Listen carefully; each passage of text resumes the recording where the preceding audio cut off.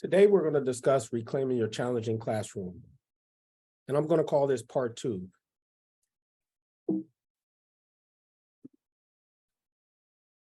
The first thing you want to think about is where and when do I begin? Here's a great quote from this resource book that I really like when it talks about where and when do I begin. Strive for continuous improvement instead of perfection. Again, strive for continuous improvement instead of perfection. When we're thinking about reclaiming your classroom, it involves 6 areas for examination and possible revision or overhaul. The 6 are the following. Your students' perception of you as their teacher. This is very key. How do your students perceive you as a teacher? The physical arrangement of your classroom materials. Recently, we've been talking about small groups, and this really fits into that domain 2 of organizing spaces for learning. When you think about the physical arrangement of your classroom, think of that and materials. The expectations and the procedures by which your classroom runs. As you know, kids will do anything. If you don't have expectation for specific procedures, the classroom will run differently. Number 4, the consequences you choose to use to encourage appropriate behavior. And in essence, if it's a minor offense, you need to know what type of consequences that looks like for your classroom versus a major consequence. The two should vary. And make sure they're appropriate for the respective behavior of the students. Your students' engagement in academic lessons. We've talked about this. The more the students are engaged, the less likely you're going to have difficulty in your classroom. So reclaiming your classroom involves that number 5 that I think is very key in terms of making sure students are engaged in the academic lessons. Your classroom climate and community. What does that look like? You know, some teachers I know play music, others, they'll dim the lights. What does your classroom climate and community looks like? So these are the 6 areas for examination and possible revision when you're thinking about reclaiming your classroom. The best time to implement change is after a major break. We recently just came off a Christmas break and we just had a 4-day weekend. I really feel like these are ideal times to implement some small change. You don't want to do it all at once. So here's kind of like a chart that you can share. And again, the resource book, Reclaiming Your Classroom, is in the SRC room, the Staff Resource Center. So you can take a look at this, but it basically talks about, you can kind of examine it yourself and talk about the dates of the break, the total number of days, and what your personal preference were in terms of 1, 2, and 3.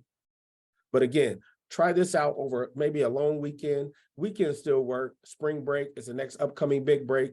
So maybe if you're thinking about reclaiming portions of your classroom, this could be one of those chart time periods where you can actually stat it. You want to start with area 1. More learning and less hassle occur when teachers are fair and caring. Think of that. That's the main thing. I'll repeat that.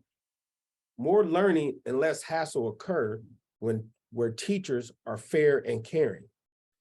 Then you want to proceed to area 2, 3, and 4 in that exact order as I have it listed here below. You can see, starting with number 2.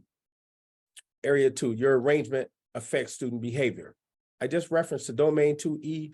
If you can go back to the Danielson framework in domain 2, it references to the arrangement of your classroom. So this really affects student behavior. You don't want to put 2 or 3 kids together where you know they're going to talk all the time. You want to kind of space those students out. And this takes time. I've noticed some teachers will do this 2 to 3 times in the course of a semester in terms of changing their room arrangement. Your students need to know what behaviors are expected of them and how and when to do them. This is area 3. And again, before they receive consequences, we currently have the matrix listed in every classroom. This can kind of be a portion of what can help you, the school-wide culture matrix that's listed in terms of CPR. This is what can also be a helpful tool on how and when to do these type of behaviors and when they're going to be expected before they receive a consequence. Area 4, for not doing them. It's also kind of, they go hand in hand. It's area 3 and it's area 4 in terms of your students need to know exactly what the behaviors are expected of them. Areas 5 and 6, Maintaining students' engagement in academic lessons and creating classroom community. We did a culture and climate survey, I believe, several weeks back. And one of the things that two students talked about was they were not necessarily bored, but they were not engaged the entire time. They didn't have enough work to do.